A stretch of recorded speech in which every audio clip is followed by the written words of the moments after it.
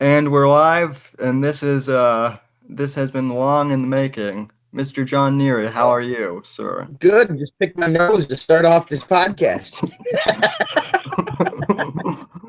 Well, that's what all the professionals do to start.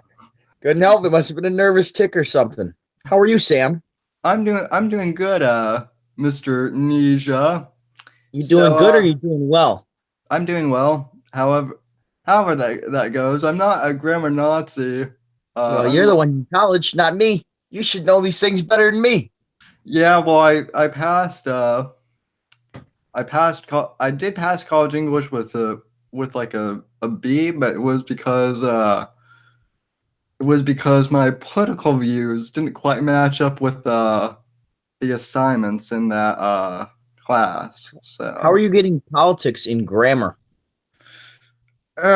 because because we have because we have leftover flower children from the 60s who think that they're gods or something like that, and who think that you know they think that politics and English are somehow intermingled or Yeah, something but like it's that. grammar. Like it's grammar's supposed to be pretty black and white.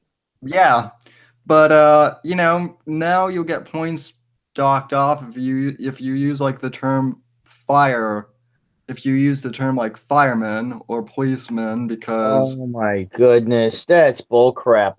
yeah, I even tried arguing against that crap, and but that this is what happens when the communists take things, when they take academia over, and when they take Yeah, pop culture over. yeah, Speaking and it's of oh, speaking of pop culture and whatnot, sir, you have one of the best internet no, live stream shows no, I've. don't butter me up. I can't even stream on my Anchor that well. I forgot to hit the live this morning. I did my show. I had it sitting right next to me, and I forgot to record it. But thank you very much. I do appreciate that. Well, what you can always do with Anchor, what I always do is I always download the YouTube streams Hmm. afterwards, and then upload them into convert them to MP3 files, and then Right. re-upload them. Yeah, it's a good idea. I should So definitely do that. not I need the to hard drive space. not to well, and then I delete the files on my computer afterwards. Once you So upload them, yeah, it's smart. Smart. That's why yeah. you're the podcast bear, or whatever, or Sam, the podcaster. I don't know if you're still a podcast bear or what it is, but you're doing a great job. Well, Doing a great job, Sam. thanks. Well, the this whole thing, the whole this whole drama with the unbearables. I mean, this isn't the main reason why I wanted to invite you on, but it is one of the reasons. Well, we had the schedule. I think before that even happened. Did we? Did we not? Or maybe it happened after. I don't remember. I But I think it happened like right after that whole. we were Uh, talking about it. We were talking about doing an interview like before that. We just didn't schedule it until just right, yeah. after. We had been talking about it beforehand, and then everything kind of uh went down that whole rabbit hole, and Right. people were asking me like, "Are you still gonna have John on your show?" And I'm like, "Yeah, why wouldn't I?" And Well, they don't want you getting caught in the crossfire. That's all it is, which is silly. The whole thing is dumb. it's it's So I don't know what you want me to say about it. Basically, I made some jokes, you know, and then people took it personally. And then I reacted to one person, then I reacted to a couple others, and it started World War Unbearables. What do you want yeah. me to say? I've been I made a series of jokes that I could go back today and watch them, and I think it would still be funny. And then I counterpunched, and maybe I counterpunched a little too hard, and I divided a bunch of people unintentionally.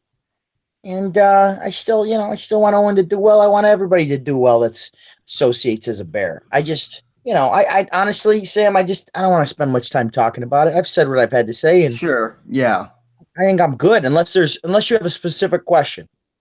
Well, all I will say, say about it, and this isn't really in your defense. This, in my opinion, is just plain fact. I mean, I'm from Colorado. I'm out west, but I mean, I've been to New York several times within my life, and you're a native New Yorker, correct?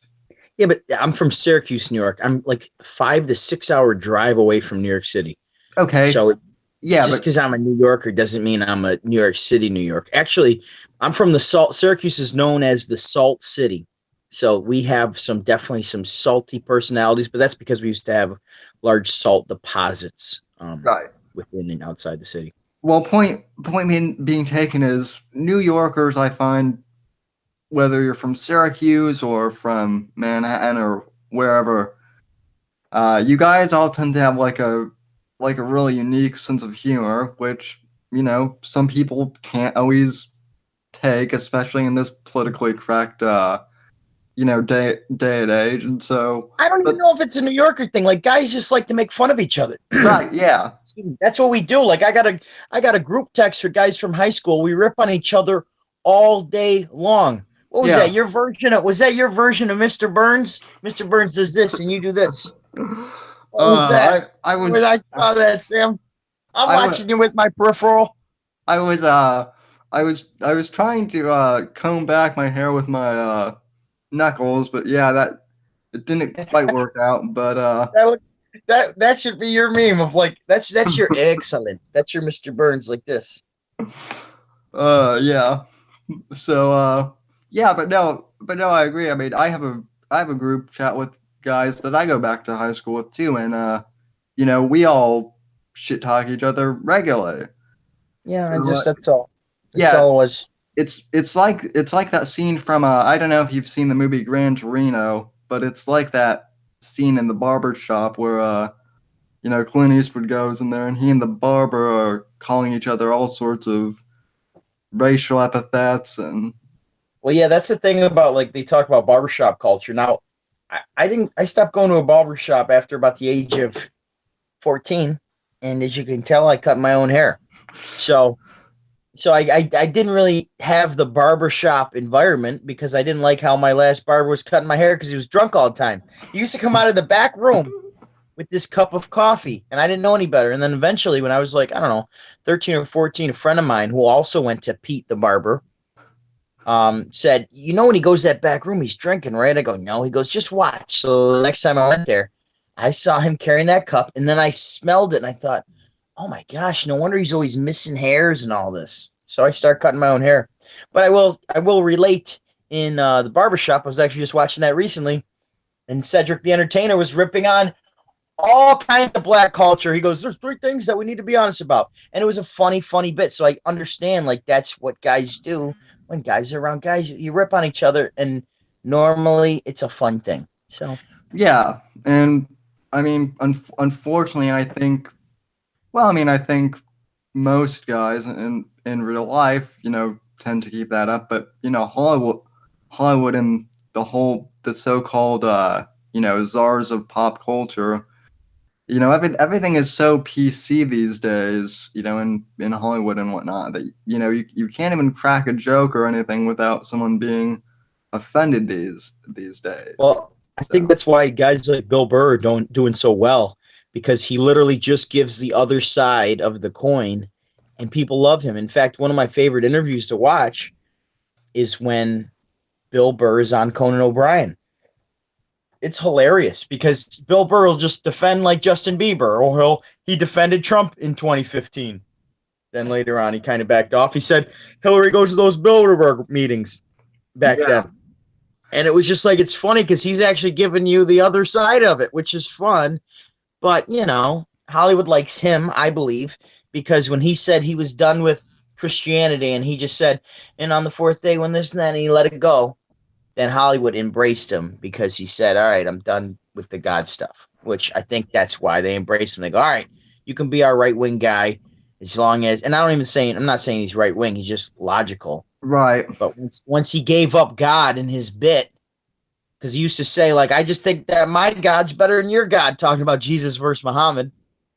And that was then he took off. And now he's like the biggest comic going, So I Yeah, think, I don't quite understand that. I mean, I know that you and I are both Christians, and that's something I would personally never do. I wouldn't, I would never personally, forsake the Lord, for my comedy well, I'm career. not even saying he's doing that. It's just that was part of his bit one time. Right, And I noticed, and I'm not a big Bill Burr fan or anything. I mean, I watch him now. I don't like the word fan. Fan short for fanatic. So like, right. I watch him, and I like his specials. But I just noticed that I don't know if it was 2014 or whenever it was when he basically let that go. Part of his bit, he's just every special he comes out with is huge, and he's got like a cartoon out now, and the guy's crushing it. So it's like, all right, so Hollywood will like Yeah, accept you as long as you accept one of their pillars of belief, and one is atheism, another one would be the whole gender dysphoria is not a real thing, and that we're yeah, and you get it. There's certain pillars that Hollywood will accept you, and you have to accept at least one of them. And normally, you have to accept all of them, or be super talented in other areas. right. I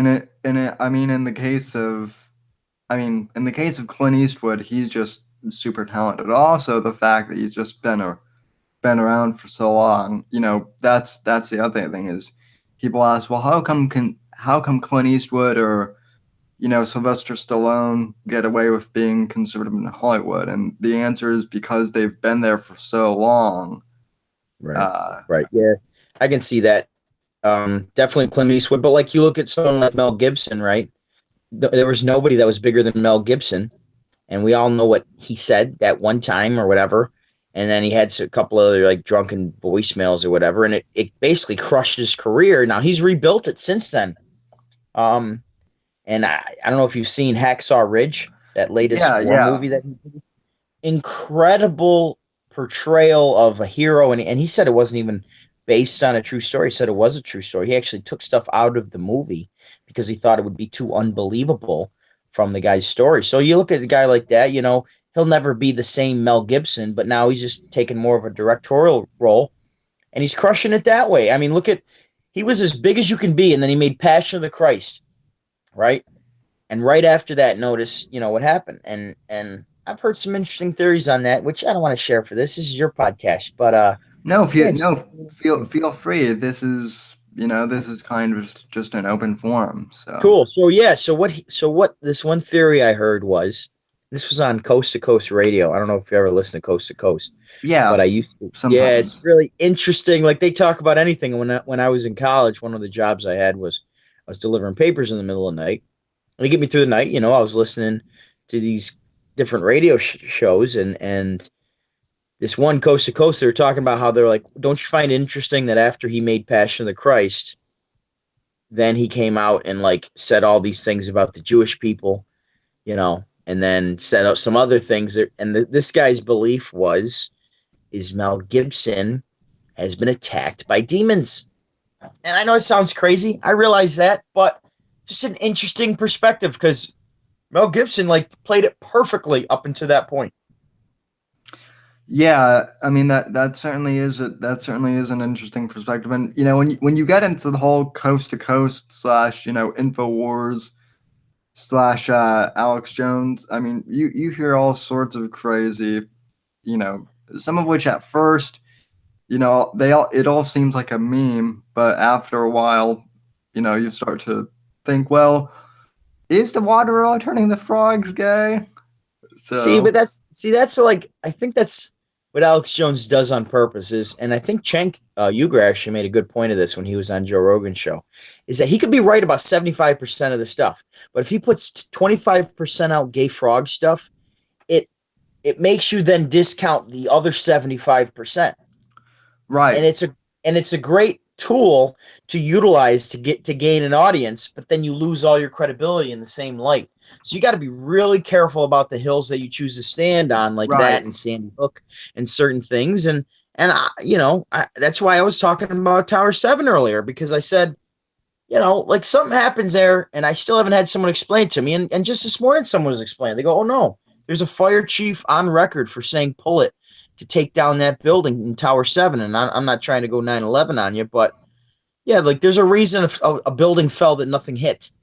And as soon Mhm. as you say that, they paint you as a crazy war prepper or a doomsday prepper and all this stuff. But there's some things that we don't understand Yeah. publicly.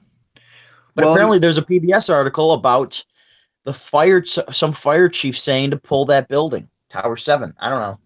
Now well, that I've really thrown this thing off the rails.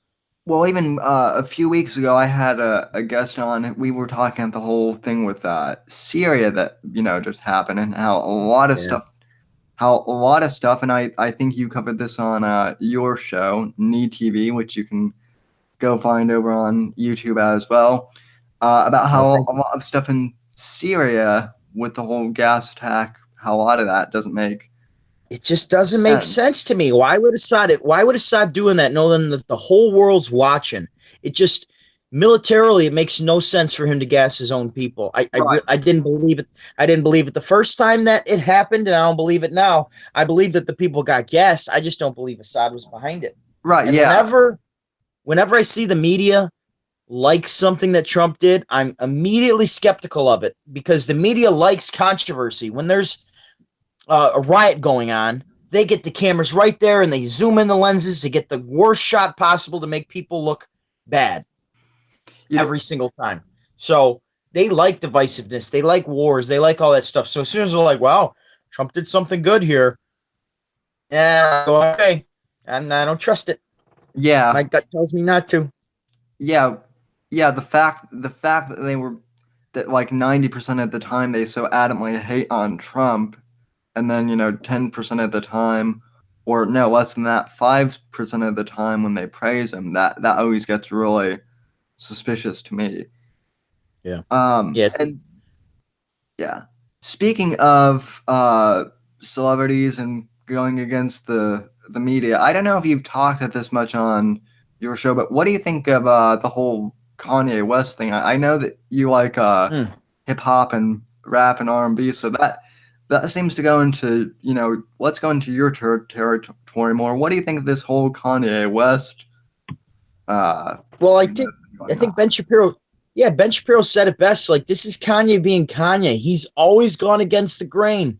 This is nothing new. The only new thing about this is he's literally saying, "Hey, blacks, you don't have to be Democrats." It's like, thank you. Like, literally, I Yeah, don't know if you've heard his new song with Ti, but you I can hear them going back and forth. It's really interesting to hear them going back and forth because those are the conversations, believe it or not, happen all the time. yeah. I got recently, I say recently, a couple of months ago, I got invited to 100 Black Men Meet. And, they extended olive branch out to your brother over here on the Irish side of town now. And Mm-hmm. I went to the meeting, and literally all of the middle aged and older Black men think the exact same way I do. I start off the meeting by saying, I believe that it's a man's job to provide and it's a woman's job to take care of the home, which is obviously, a controversial statement today. And all of the middle aged and older Black men in this meeting all agreed with me, except for the two that were running the meeting. And they were trying to say, well, gender is a social construct. And we're all going, no, it's not. No, it's not. That's propaganda from your guys' side, the left. And all the older Black men in there are extremely conservative. That's the thing, is that Yeah, from my experience, Black people tend to be very Christian, at least in this country, and they don't believe in things like abortion and gay marriage and high taxes. They don't believe in a lot of that. So that's the whole, like, the I don't know if dichotomy is the right word, but there's this, like, you have two different forces going at the heart and the mind in Black culture, which bothers me because the mind is saying, I should be voting for lower taxes and for things like, the life of somebody being sacred. But, my heart says that that's not the right thing to do. And that's where I blame the media for brainwashing people with propaganda. yeah. There's that whole there's there's that quote. I actually read this fairly recently. It's an old quote from LBJ, and a lot of people have tried to kind of sweep this under the rug and deny that he ever said this. But shortly after JFK was assassinated, and once LBJ, became president, Mm-hmm. he, I guess he once said to an advisor, in 50 years we'll have all these uh, niggers, pardon my language, voting Democrat. And Right. And it was so, witnessed by two people. yeah. And so Mhm. that's what the quote unquote great society that he was building was really all about. It was about getting you know, black people on welfare. Yep. And They call it, some people call it the urban plantation. right, yeah. And so, I agree with you. And I listened to that Kanye West song too, and I'm like, holy crap, this is brilliant. I mean, and I've heard all that before, but I mean, the problem is when you have people like Herman Cain or Colin Powell, because there are conservative black people in the spotlight, but the problem is they're all politicians, and young people Right. more often than not are not going to be tuning in to hear what Colin Powell or Herman Cain. Well, even like a guy like Immortal Technique, who I believe is a flat earther. I could be wrong on that. You'd have to fact check me. But he went on Alex Jones' show like years ago, and he's very urban culture, non-politician guy. So there are some that are out there, and that's why Right. like Candace Parker's important. But you look at a guy like Ben Carson, who literally came out of left field. I hadn't heard about him, and I didn't even know. Did you? I think we covered him one day on my show. That there was a movie made about Ben Carson. That the guy that played radio, what was his name? He was a Show Me the Money guy. Oh, it's Cuba Goodings Jr., Cuba I Gooding think. Jr. played Ben Carson in a movie in like 2008 or something like that. Yeah, Had no idea. what was weird was I actually saw that movie before I even knew what who Ben Carson was. It was something like I was flipping around Netflix one day and it was on there, and I'm like, Wow. Yeah, I didn't even know that it existed. I found it out just researching him one day, like live on my show, and it was really interesting. And look what the media did to him. Now, this guy literally is maybe the greatest brain surgeon in this country. He works in children, um, right, pediatrics, and I actually have a testimony from somebody that I can't even mention their name, and he said that when there was somebody that they couldn't work on in their hospital, they would airlift the child over to his hospital, which I believe was Johns Hopkins. Correct me yeah, if I'm wrong. They would airlift the kid over to their hospital so that he could work on him. And this guy was doing God's work for years and years and years. And then he announces he wants to run for president. And what did the media do? They attacked him. They made him look crazy. And Trump attacked him too, based on that story about him trying to stab his mom. And we weren't there. And that's why I don't judge him for that. And they tried to make him look crazy and stupid. And it's like, this guy's his intellect is higher than anybody else that ever talks about him. Because even if for me to talk about him, his intellect's like the guy's IQ's got to be off the charts higher than everybody. And yeah, they try to call him stupid and crazy. And that's what they do. And where was the black support for a black man that literally had the single mom experience and went from zero to the smartest guy in the planet? And nobody supported him. And he even at one point, I believe it was in September, October of 2015, he was ahead of Trump at the polls at one point. yeah. Well, he also got in trouble because he said that he made some comment Oh, the about temples. no, it was something about like gay prison rape or something like Oh, I don't. like Yeah, that. I And didn't hear that one. See, it the couple things I heard was him stabbing his mom's story, which I still hear people go, "Yeah, like he's kind of crazy." It's like he was 15. He made a really bad decision. Like everyone judges people as if not everyone. Many people judge people as if they've never made a mistake before. Like, yeah, of course, that's an awful, awful thing. We don't know what he was going through, so I'm not going to sit here and try to judge him for it. But as far as the only other thing I heard about it was that he said something about the temple storing grain or something. I don't know. yeah, it was all really minute stuff, especially Exactly. compared to what Trump was saying, or what came out later.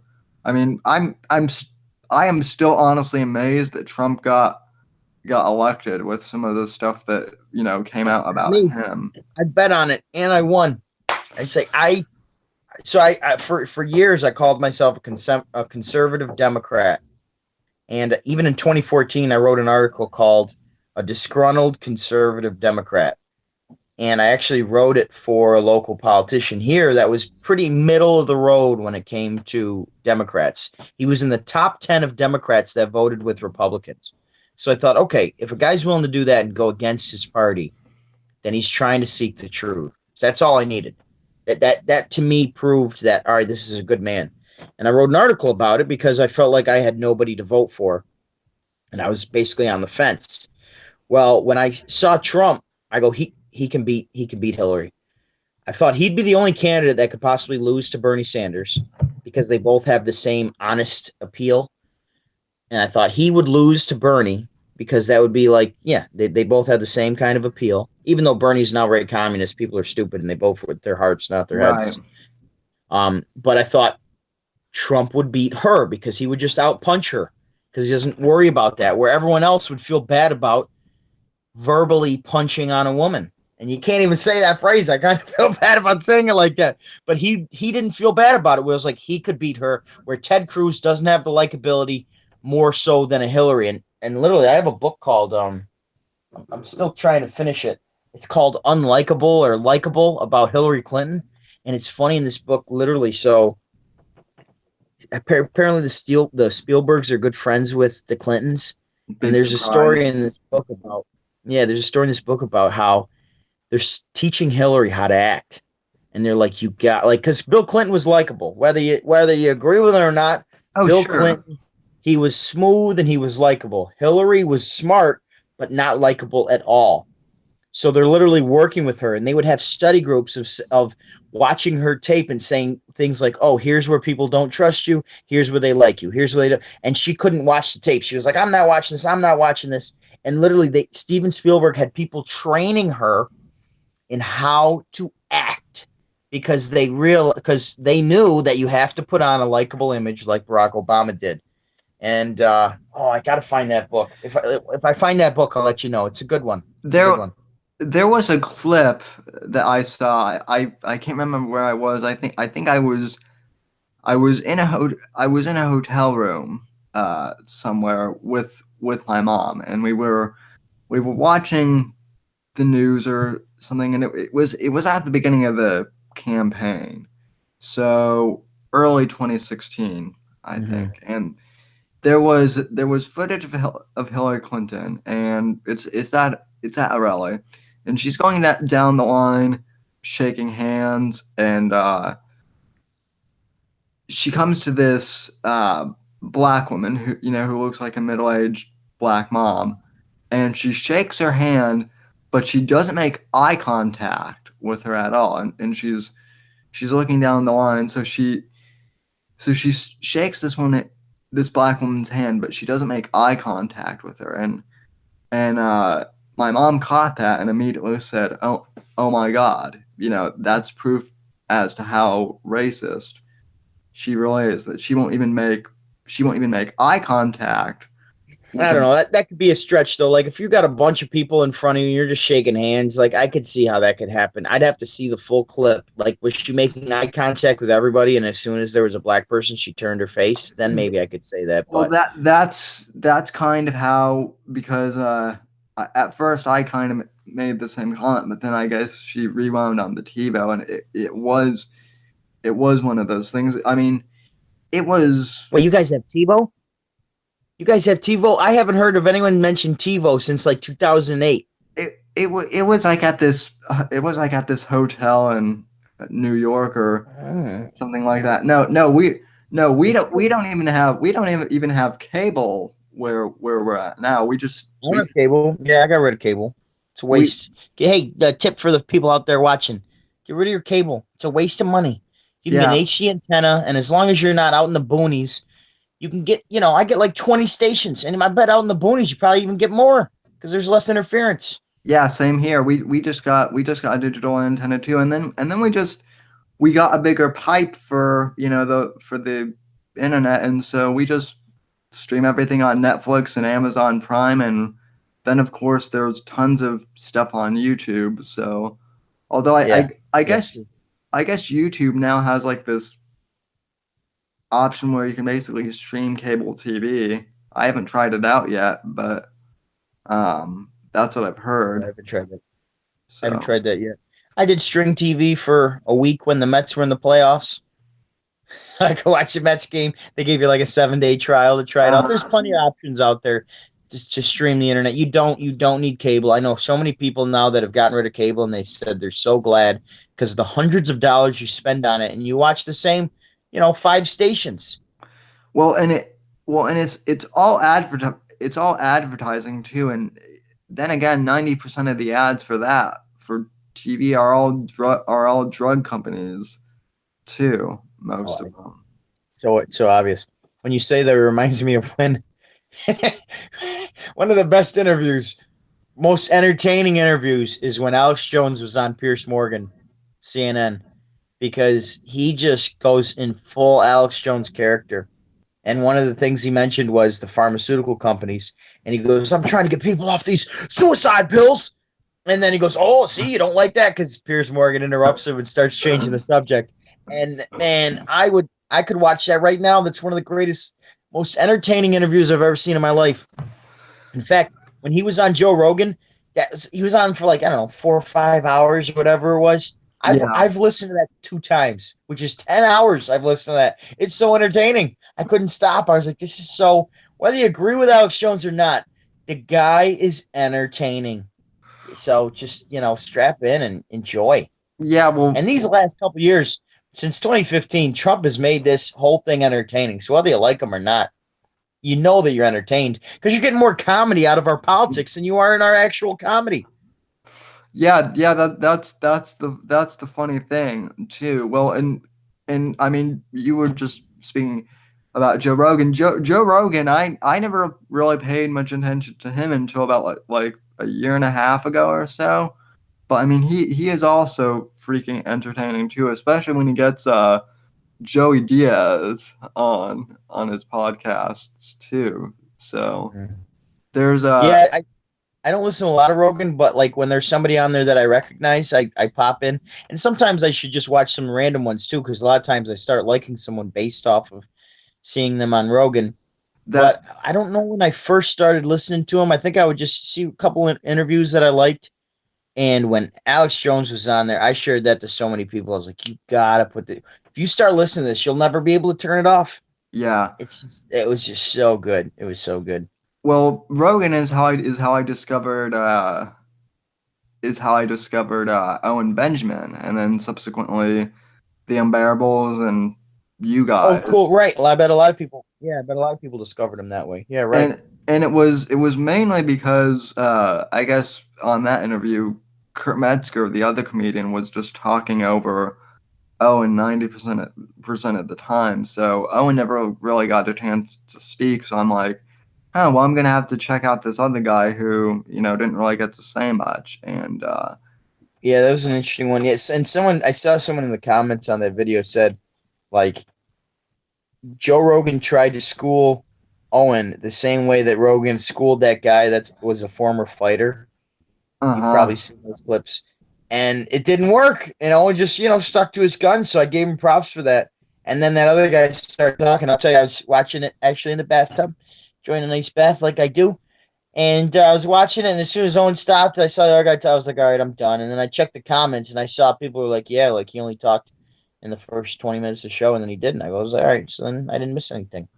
No, you really didn't. So I mean, that was kind of what prompted me to go, okay, well, I'm gonna check out this other guy who didn't get a chance to speak. And Why did they bring uh, on that other guy with Owen? I don't get why that other guy was even there. I don't, I don't, I don't get it either. I think it was something like they were supposed to record on different days, but the other guy like forgot, so he just showed up a day early, and Joe just let him in. I don't know. I don't know if that's what happened, but that's what I heard. So, um, Gotcha. but anyway, so how did you discover Owen and the Unbearables? And How? Sorry, you're breaking up a little bit. You said, how did I get to know about Owen and the Unbearables? I'm assuming. yeah, So I actually saw Owen at the Funny Bone in 2014, and it was ironic. I've said the story a couple times on my show. Basically, so in my past life, I was a banker, but I also was a DJ, and I still DJ now. And my DJ persona, part of my branding was I'd wear suspenders and a bow tie. That was like my, my cape if I'm Batman, right? That was my Right. branding. So when people would see the suspenders, they'd recognize me. And then when people would be out and about and I'd be at a bar, they'd say, "Oh, you gotta go see this DJ with the suspenders." And it was a trademarking thing.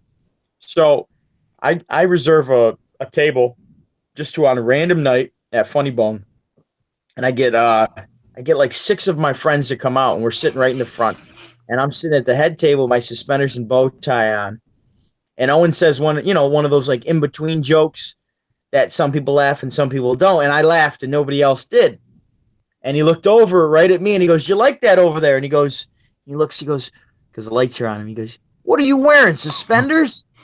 And he goes in on me wearing suspenders for at least 10 minutes, and he's ripping on me, and I'm dying laughing. My whole table's dying laughing. And he goes, so what do you do for a living, sir? I was like, "I'm a banker." And he goes, "Oh, forget those guys, right?" And like the whole place is like against me at this point. I'm like, "Oh boy, here we go." And he goes, "What bank do you work for?"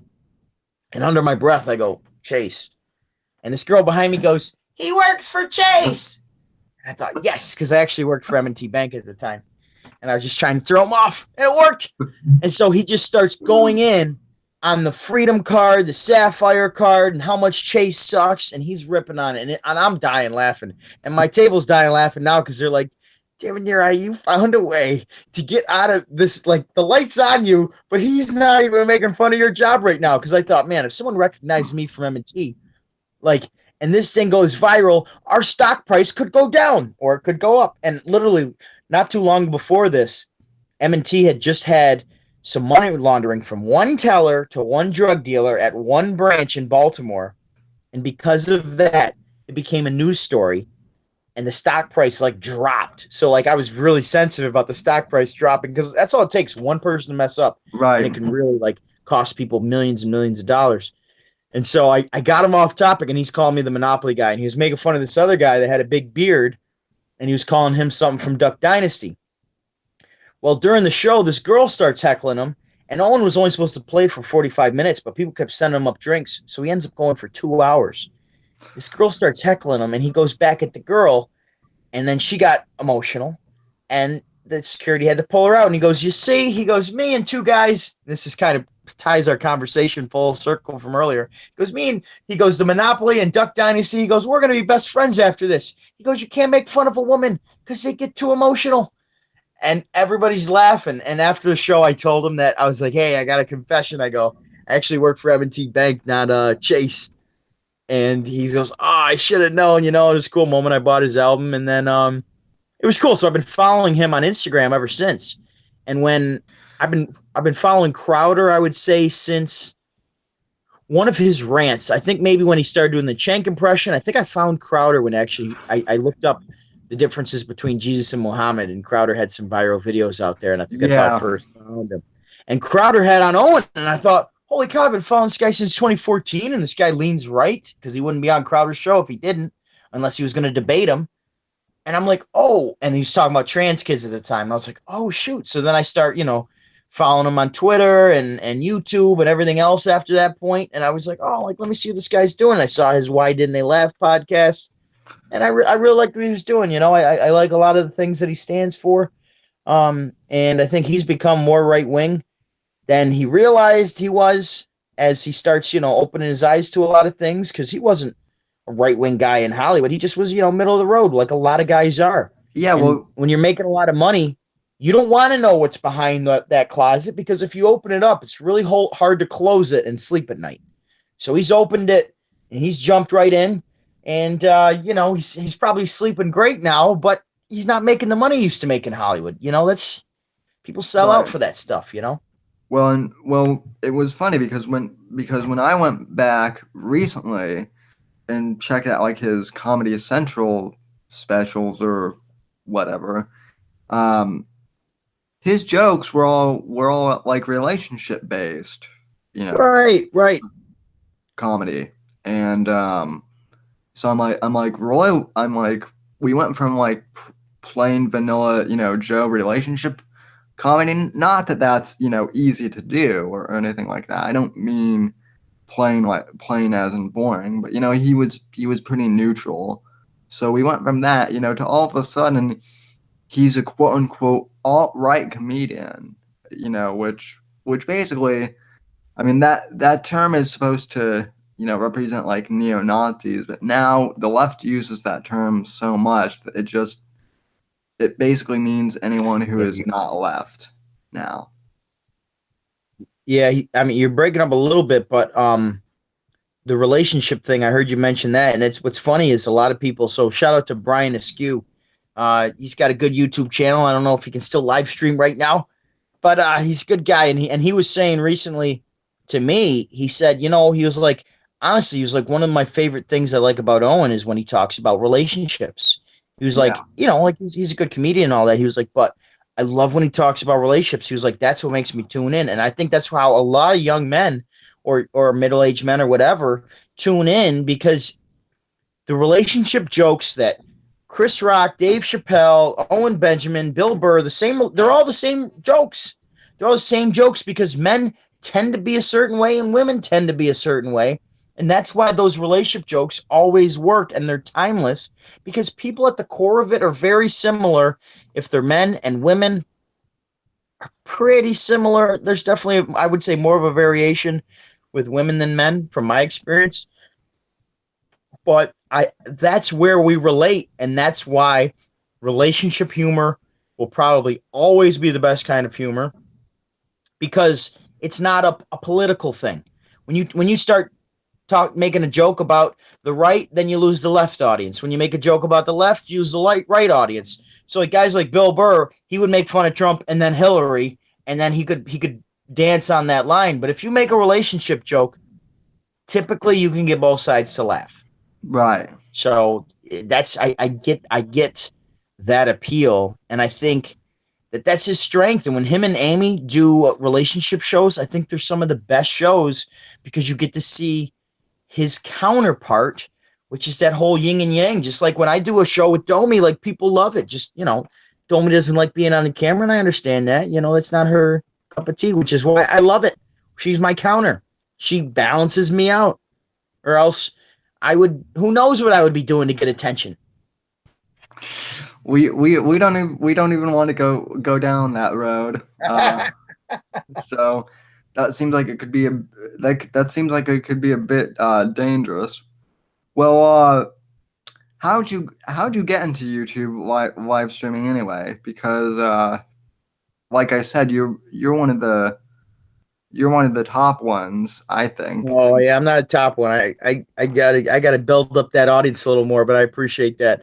Um, I've been wanting to do a YouTube thing for a long time, and I used to do one back in 2016, which is why I got these sunglasses. And now Mm. I don't sell them anymore. But if you go on Syracuse.com and get yourself a legal protection plan, I'm happy to FedEx you a pair wherever you are within the U.S. 50 continental states. Is it continental or am I using the wrong word? Or 4 provinces. Just go on Syracuse.com, select a protection plan, and find one that works best for you. But in other news, yeah, one day I just started live streaming. I was having a few drinks, and I was like, you know what? I'm going to live stream. And I don't know if Shaniqua had been following me or if I was following her, but she saw me say something to Owen on Twitter, I would say probably in December. And the irony is Bayonetta Bob told me to put a bear in my logo. So I did that. And Shaniqua came to my show and was like asking me a bunch of questions on my first episode. I think she was trying to fill me out. Or he was trying to fill me out or whatever Shaniqua O'Teal likes to go by nowadays. And it was cool. It was a really cool show. I still want to know who Shaniqua is. I think I know. I just can't say it on the air. And yeah, since then I've been trying to do a show every Monday to Friday at 7 a.m. Eastern Standard Time on my channel. Just look at my name, John Neri, and my channel should come up. That's JOHNNERI. And on the weekends, I still try to do a 7 o'clock show. Sometimes on Sunday I can't. but I still try to do an hour show every day. But Monday to Friday, I'm pretty consistent, 7 a.m. Eastern Standard Time, right to Yeah, 8 a.m. And then Island Bear takes off from there. yeah, you are, and it's a really good stream. Especially since you talk everything on that show. Well, maybe I not. talk what? What'd you say? Well, maybe not everything. I said you talk pretty much basically about everything on that show, or close to. Yeah, I try to keep it pretty open. I read my audience as they're chatting, and through the trolls, if I see a good comment, I'll try to read it live. And yeah, I like to keep it topical. For a while I did a lot of political commentary, which I get. But once you talk about all the issues, like what do I want to keep talking about abortion and the Second Amendment all the time? I Right. don't. I'm a pro-life guy. I believe in the Second Amendment.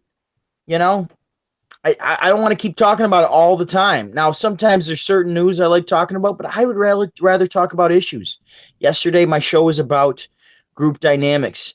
Today, my show was about feeling good being in war, like meaning that you're going to experience some pain, Right. or being at peace and feeling like you're living in injustice.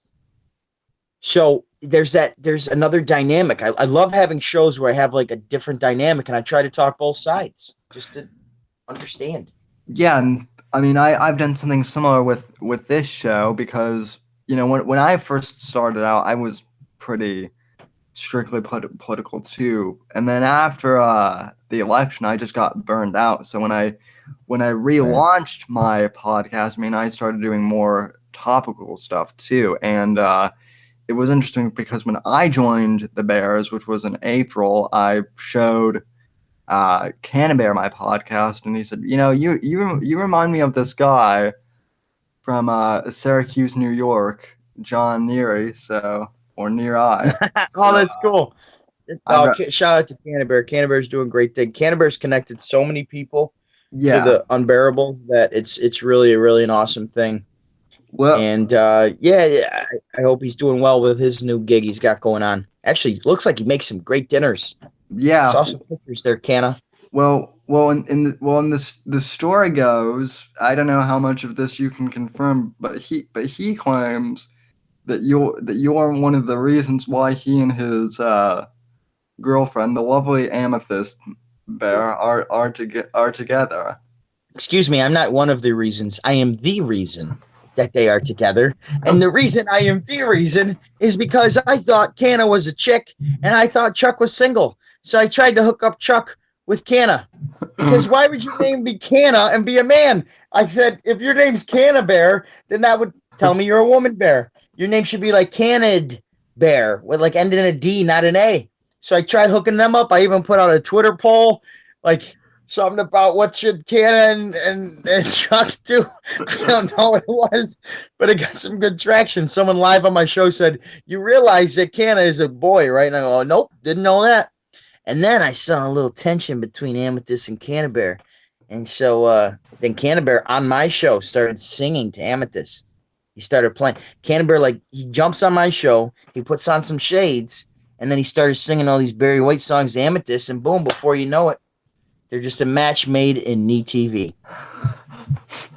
I love that story. So yeah, well, Yeah, it's and then I saw one of the stream highlights where you're busting into his chops. Like, have you two talked to each other yet? oh yeah. Or I said I wouldn't stop until they DM'd each other.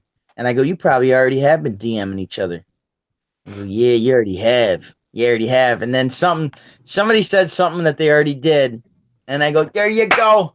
A match made in neat. I don't know what I said, but basically I could see that there was some potential there. I saw him flirting back and forth. I saw it. yeah, I keep telling him I'm like you need to get your butt here to America. Stop wasting time in Canada, and of course, he's working right now trying to get his stuff to come home. It's honestly it's not easy to get into US or Canada. When I No. lived in Canada for a number of years, and there's only a couple ways to get into Canada. Either A, you go to school there, you get married to somebody there, or you're in a certain profession that they need. So I'm assuming it's probably similar getting into the U.S.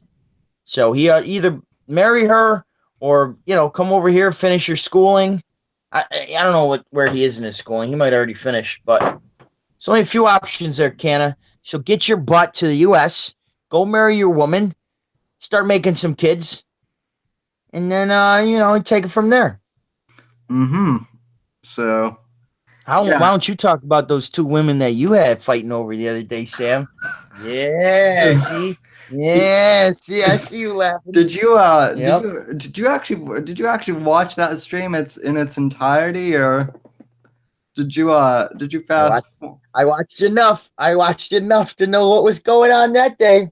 they were fighting over me, but then one of them confessed that she was I went to the restroom real quick, came back, she's talking with her friend about how she's been, and I've heard this, and she began talking to her friend about how she was cheating with her current boyfriend with some guys on that she met on Snapchat or Tinder, and some Oh like, yeah, yeah, yeah, yeah. That was the other part. I forgot about that. and Right. and so with that in mind, I'm like, hold up, hold up.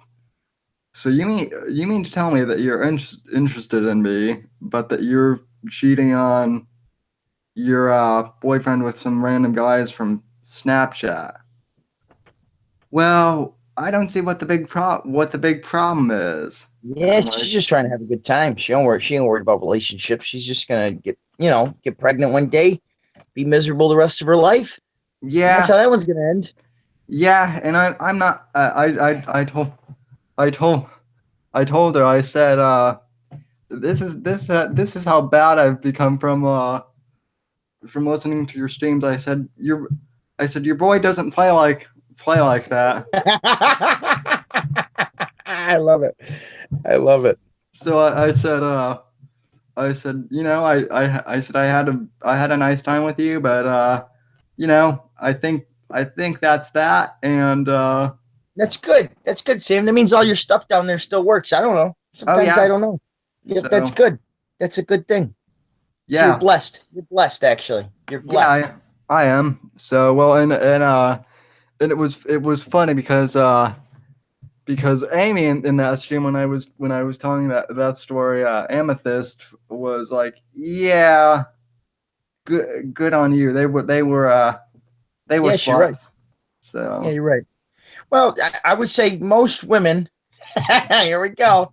I'd say most women in college are, not most, 49% of women in college are sluts.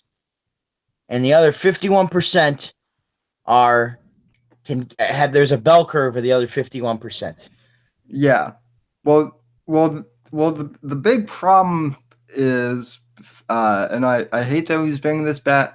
I always hate to bring up this point because uh, you know, women hate when I bring this up, but it's true.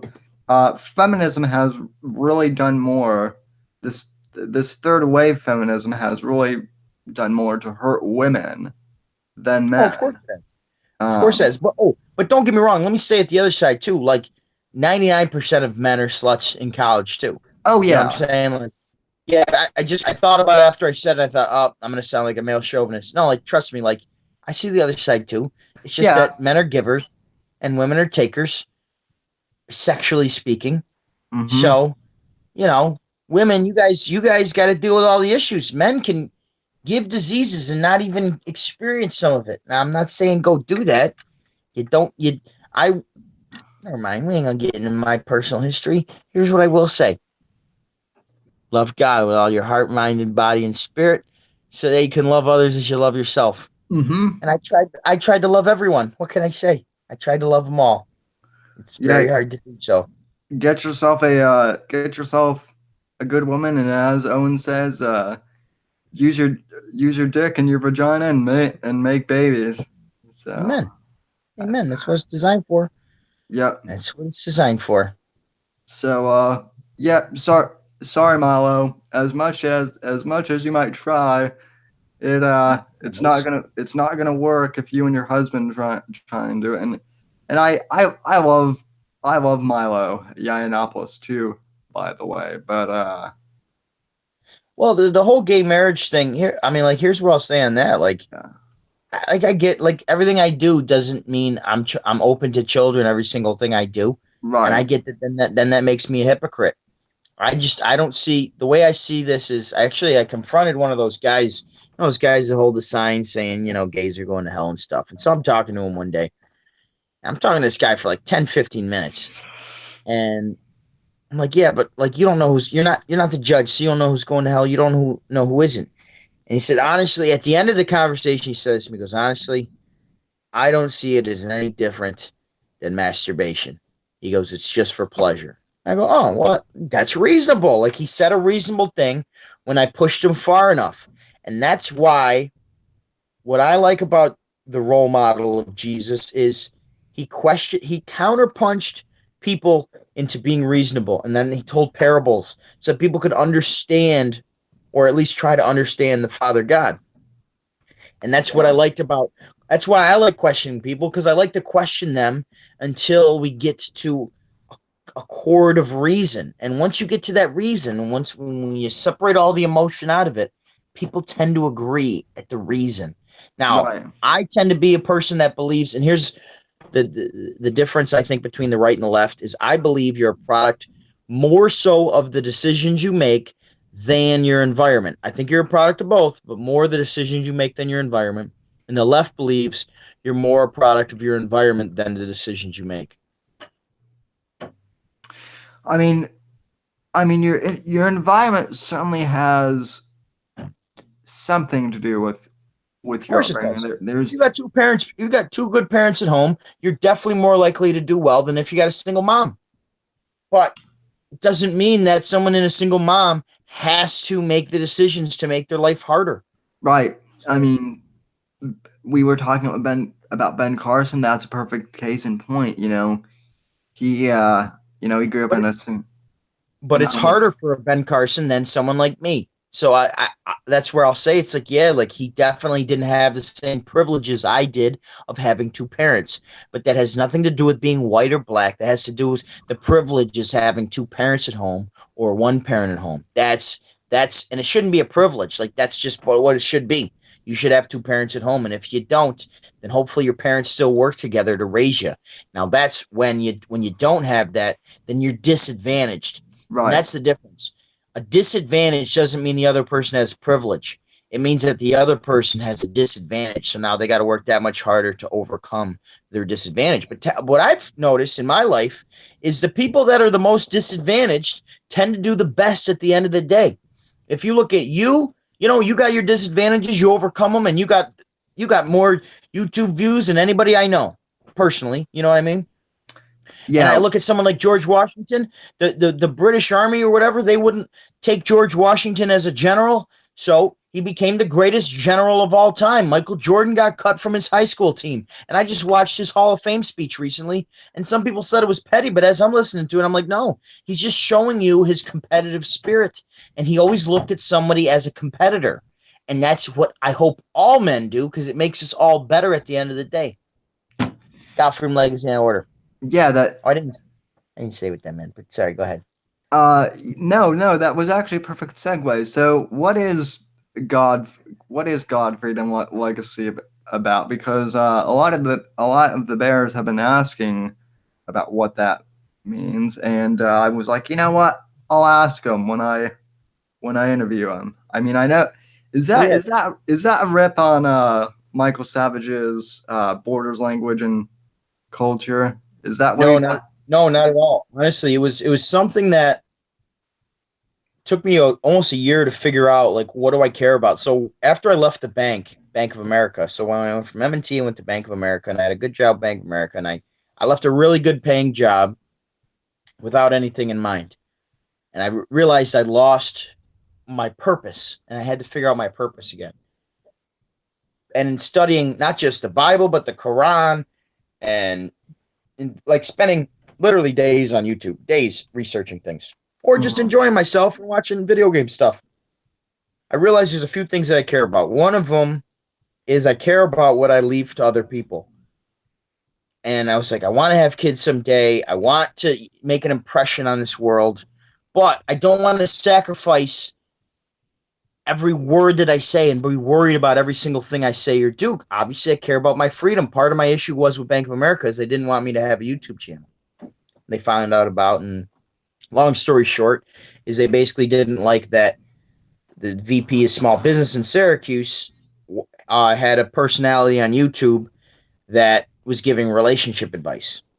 They're like, that's not what business bankers do, which I understand. I was their employee, and the reason that God comes first is this was my struggle. So last year, I didn't know who God was. I totally lost, vision of him. I thought I'm supposed to become a priest, and then I felt further away from God. And the more I was going to Catholic church, the more space I felt between me and God, to be completely honest. And I'm not saying Catholic church is bad. I'm just saying my personal experience. I saw the political realm of the local bishop in Syracuse speaking politically, and I didn't. It basically it tarnished the whole notion of the Catholic Church to me. So I was reading Grant Cardone's book, and he was talking about how leaving a legacy means that you're not being selfish. He said, a legacy is for everybody else. A legacy isn't for you because you can't take it with you. He said, so if your goal is to just get a good job, make a lot of money so that you can retire on your own money and spend it all until you die, he goes, that to me is selfish because you're not thinking of anyone else but yourself and your retirement. He goes, a legacy is for everybody else. And I always say I'm the happiest guy in the room if I got a Bills game on and Miller High Life in the fridge, but I can't pass that down to people. I can pass down maybe some memories watching games with kids, but at the end of the day, that can only take you so far. So what I realized in reading just a little bit of Grant Cardone is that we are different than the birds in the tree. If I look at a bird, a lot of people say, a bird's free because it can fly wherever it wants to go. But if a bird has free will, then why are they still in their only invention in a nest, regurgitating their food to their young? That doesn't make sense to me. That means that they don't know how to take an idea, give it to somebody else, and make that idea bigger, better, and the third. Like, since Right. human beings have invented fire, we've invented the wheel and boats and buildings and skyscrapers and internet and everything in between. We can take a device this big and communicate like we are around the world. So clearly there's something that separates us from the birds. We have something that we want to leave to other people, and whether it's an idea, a concept, or an actual physical, tangible thing, that's legacy. We are different from the birds, but you can't have free will without God. That's where we get our consciousness from. So in that search of trying to find my mantra, I realized this is what every philosopher and every person throughout history has gone through, is like trying to understand what's your purpose. And I realized that I have to maintain these three things to remind myself of my purpose. I can't do any of this without God. God gave me the consciousness, the spirit, the ability to be here today. So with that, his gift to me was free will, which I would then interpret to say consciousness. So with that consciousness, if my goal isn't to leave a legacy to other people, then I'm being selfish. So that's why I believe in God, freedom, legacy in that order. Really, you can't have one without the others, or else I'm watching the squirrel run up and down the thing, and this squirrel's only job is to store up enough food to make it through the next winter and to repopulate. And if your goal is just to merely survive and populate, you're no different than a bird on a branch regurgitating its food to its young. So your goal should And be to leave something to somebody else. So amen. Yeah, I think you know I think that's a brilliant analogy.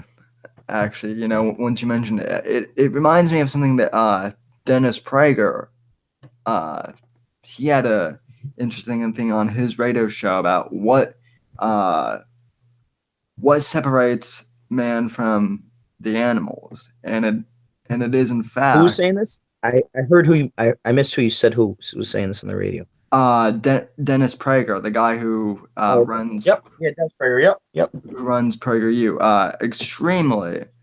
Extremely brilliant man. A, a, a few years ago, I heard him. He had this talk on what separates man from the animals, and there were, and I mean, I could go into it. It's like a whole 3 hour long conversation, but legacy and the ability to pass things on to others was one of the key things that he mentioned about Oh, how we cool. can, about how we can pass things on and improve the world around us, or contrarily destroy. Sure. If you want to be negative about it, that's part of the legacy too. It might not be a good legacy per se, but it's still a legacy. No, 100%. 100%. All right. Well, Oh, wait. And before you sign off, I did want to just shout out um, part of the reason that I was able to understand these things in myself is I've struggled throughout my life with manic depression. I didn't know what caused it. And I've been listening to Michael Savage on and off for years. And Michael Savage's last book is God, Faith, and Reason, which also I haven't read it yet, but it also inspired me because to see a guy that's been talking politics for 20 years get fed up with it, where he's like, I want him to do a God book. And this is a guy that's not religious. And I right, don't like the word religion because religion basically puts reason on the back burner and says, accept this because it's a structure of beliefs. I don't believe in accepting a structure of beliefs. I believe in trying to figure out what the truth is. right. And I called into a show and I told him about how I struggled with manic depression. And in talking to him, I said to him, which Canterbury clipped so brilliantly, so I appreciate Canterbury for doing that for me.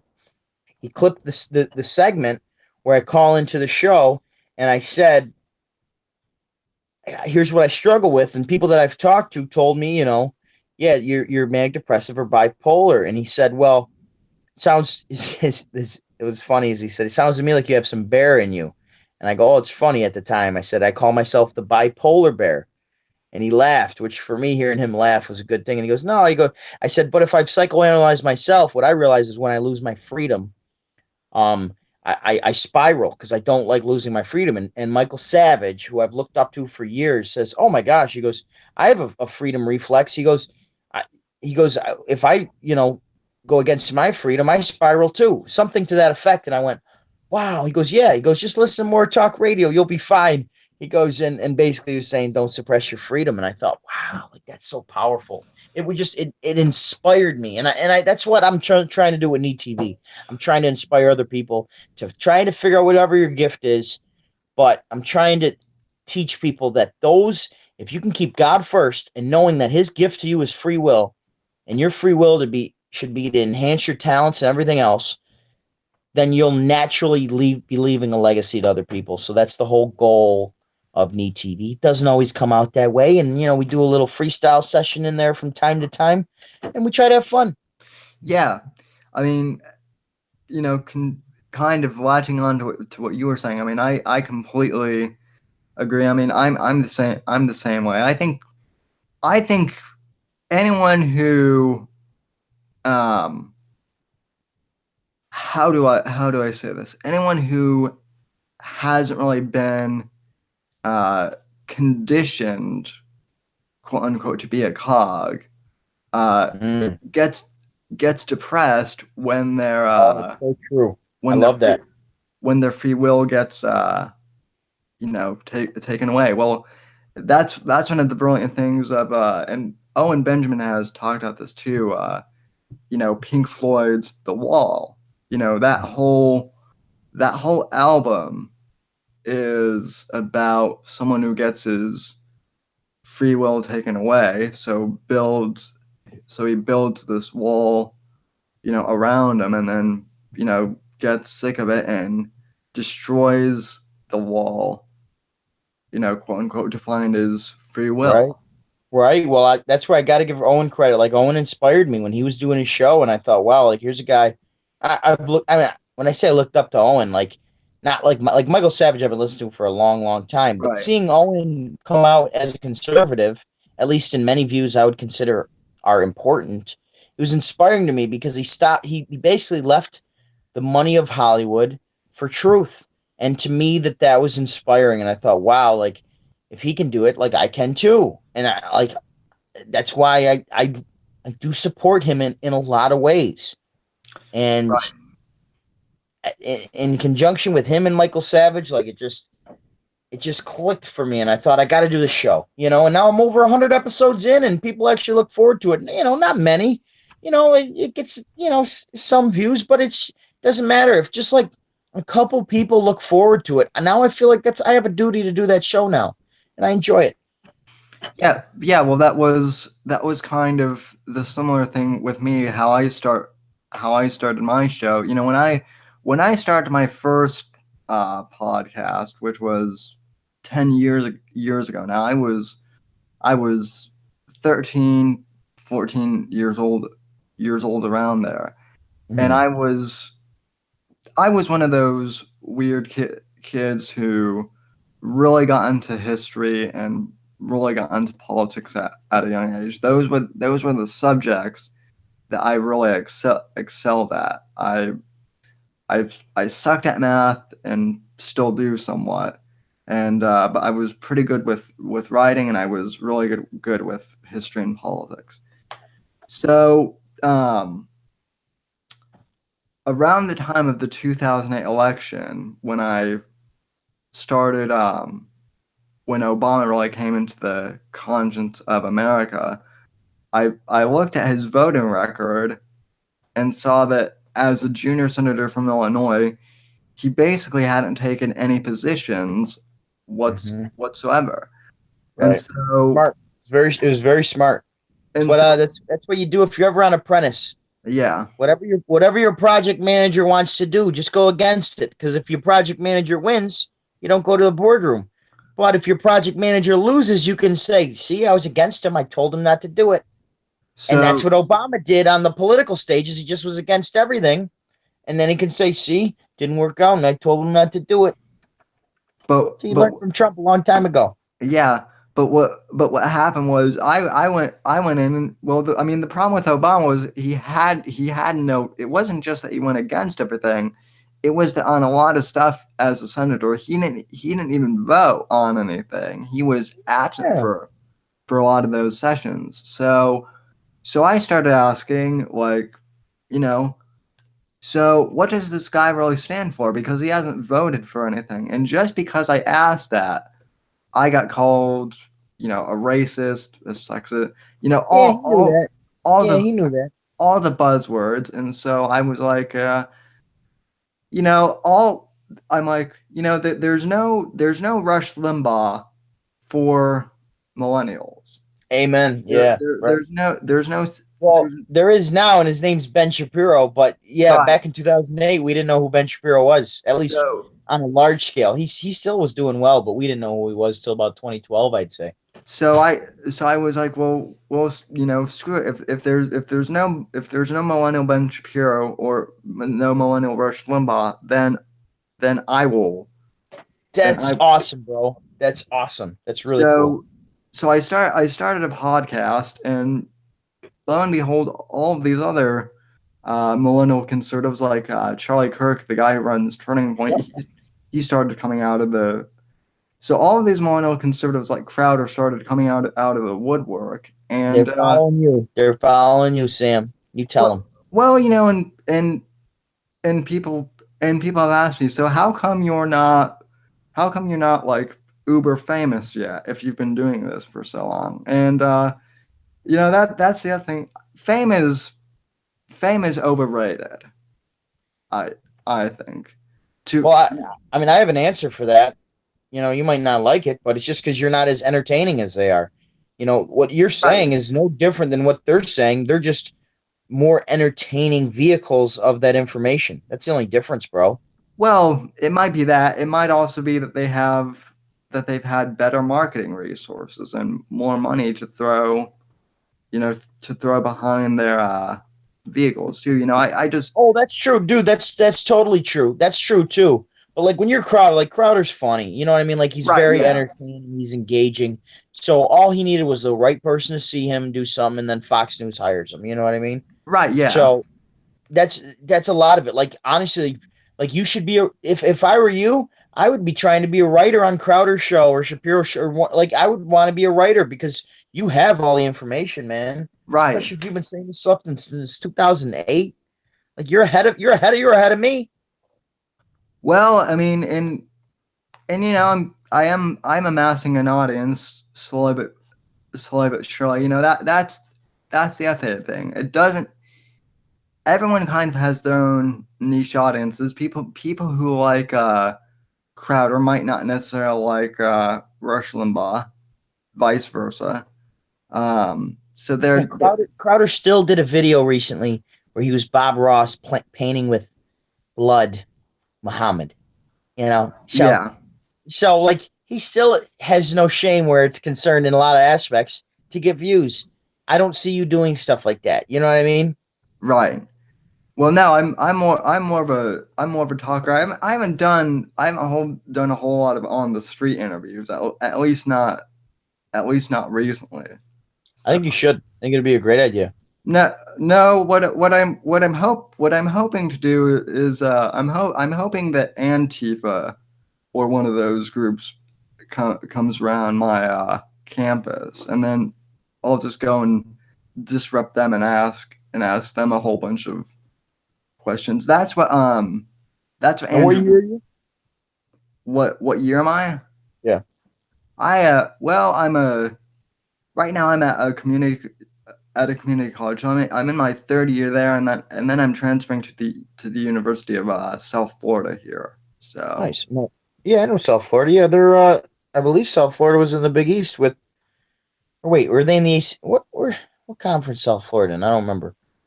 But uh, South I can't remember right that's now. okay. So are you trying to get a bachelor's, master's? What are you working towards? I'm I'm actually looking at getting a certification in technical writing. So I guess that would be a bachelor's. Cool. So Cool. um As long as you know what you're going to school for. I made the mistake of just trying to get a degree in communications without knowing what I wanted to do, and then I just took sales jobs. So it was just like it's a plaque on my wall, yeah. but it doesn't mean anything to me. Well, It shows the hard work that I did to get that. But at the end of the day, like I could be doing what I'm doing without ever having to go to school. right. Well, I think also depends on what your passion is. Like, you know, podcasting and streaming and media like that's my passion. So Right. I I want to turn this into a business. And fortunately, because of you know platforms like Patreon and whatnot, there are finally avenues where people can start to make money. You know, unless you say something like super controversial, in which case Patreon will boot you off, I guess. But you Dude, know, you're gonna have a big show. I would say in the next 2 years you're gonna have a really good sized show because you got the work ethic. You obviously now you've probably had a fan base for a while, but now like you have a little bit of an engine behind you in the unbearables. yeah. So you'll be good, bro. That's the other thing. I've also noticed, and you might encounter this too at some point. Your fan base changes somewhat too. I used to have a bigger fan base before Trump happened. Um, Interesting. what what happened was um, I was I was part of a publication. I'm not gonna mention their name, but I was part of a publication that basically wrote for it was one of these college conservative blogs. And so Yeah. I published pieces on there. And I was gaining a pretty good following over there. And then the website in about June of 2016, they decided to um, basically take a never Trump stance. They were part of Gotcha. that Gotcha. whole sect of conservatives, and Gotcha. And I basically said to them, they said, well, you can either stay with us and toe the never Trump line, or we can basically dismiss you. And I said, well, first of all, this is antithetical to everything that conservatives and the free speech movement stand for. I said, how is this conservative? You're basically saying toe the line, or Yeah, you right. know, or It's a very leftist tactic. I said that's a leftist tactic. I said I don't know. I said if any of you have actually read my columns, I'm not one of these people who is saying that Trump is the greatest thing since sliced bread. Obviously, the guy has issues, but you Mhm. but you can't tell me that he's worse than Hillary Clinton, who, for all we know, has murdered people, um, and done a whole bunch of other crazy shit along the way. I I still mean, don't know a single thing Hillary Clinton did that was good, ever. no, I still don't know a single one. And people just would, I would ask people, I go, what has she done well? Like, name me something she's done well. And then when they couldn't give you a clear answer, that's how you know you've won. Like, if they would say, well, what's Trump done well? I'd be like, I don't know, hired thousands of people, like formed thousands of businesses around the world, inspired millions of people. Like, what has Hillary done? And they go, well, she had some good policies about no, no. As soon as the more people talk, the less they say. Remember that line. The more people talk, the less they say. So when you ask somebody a question, if they can't give you an answer, that means that they don't have the answer and they're searching for it in their words, like I just was now. But I right. figured it out by the end. Well, the other thing that I would always ask Hillary supporters, and maybe this is just a generational thing, but I've tended to notice, like, with a lot of the 20-something Hillary supporters, most of whom were women. I would ask them, so why should we vote? Why should I vote for Hillary Clinton? Make your case. Oh, it's time for a woman president. Yeah, bullshit. That's sorry, my language. That's No, just a no, bullcrap reason. yeah. No, you're free to say whatever on here. But no, I would ask I would ask them in return. Okay, so then if you were so gung ho for a female president, then why weren't you supporting Sarah Palin when she ran for a brief time back in 2012? Or Carly Um, Fiorina that yeah, ran or on the right. Yeah, just yeah, or recently. well, because Hillary Clinton has experience, and it was like, no, she was she was first lady back in the 90s to a president who cheated on her repeatedly, and Yeah. so whereas with me, people would ask, so why are you voting for Trump? Well, because he's an entrepreneur. He's proven that he knows how to get business deals done. He's not politically correct. He doesn't really care about what people say about him. He just does his own But there's thing. answers there. There wasn't one good answer to vote for Hillary other than, well, Bill Clinton had a good economy when he was president. It's like, okay, fine, and we can discuss the reasons that that might have been the case. Right. But also, we lost a lot of jobs right after the 90s. I don't know if people remember all the jobs we lost since NAFTA and all that stuff. But then you're getting in the weeds. The left doesn't want to talk about the weeds. They just want to talk about, the economy is doing well. It's like, okay, but Bill's not running. So for the same reasons that when we corner you on Bill Clinton not being a morally good guy, and you try to say how Donald Trump's not morally good, and they go, well, he's not running, then you can't use Bill Clinton in the same light and say, well, the economy and everything was going well in the 90s when he was in office. But the left doesn't care about being a hypocrite. That's the whole point. Is the left, they don't care about hypocrisy. They only care about appealing to people's emotions. And we have to stop talking logic to emotions. And here's what I like what Ben Shapiro said in one of his speeches. They said, they know that you're evil. They don't think you're evil. They know you're evil. So their whole thing Right. is to say, you're evil, go in your corner, in your right wing corner. That's why they're so quick to say right wing, but they never say left wing, you know?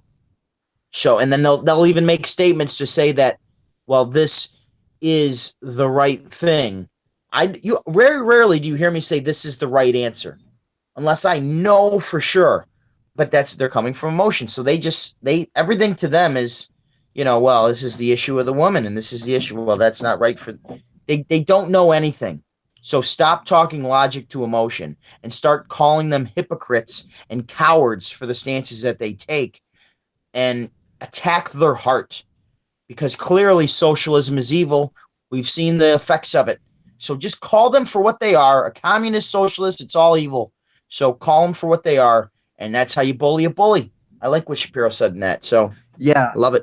that's I don't know if you're real familiar with Andrew Breitbart, who was Ben Shapiro's predecessor, but you know All right. he, he was he was the one who really got me got me activated to continue what I was doing. There was a point in high school where I was kind of like, the show's not doing too well, so I think I'm gonna quit. And then Breitbart, right before he died, he went up on CPAC and basically, um, you know, made a call to action for everyone to get on social media and start being citizen Yeah. journalists and being Yeah, citizen. I didn't see that until like a year or so ago. So I really like that. That was Uh, awesome. oh, I play that all the time because that was my big aha moment, or Mm. I guess my big call to action. And then like Yeah.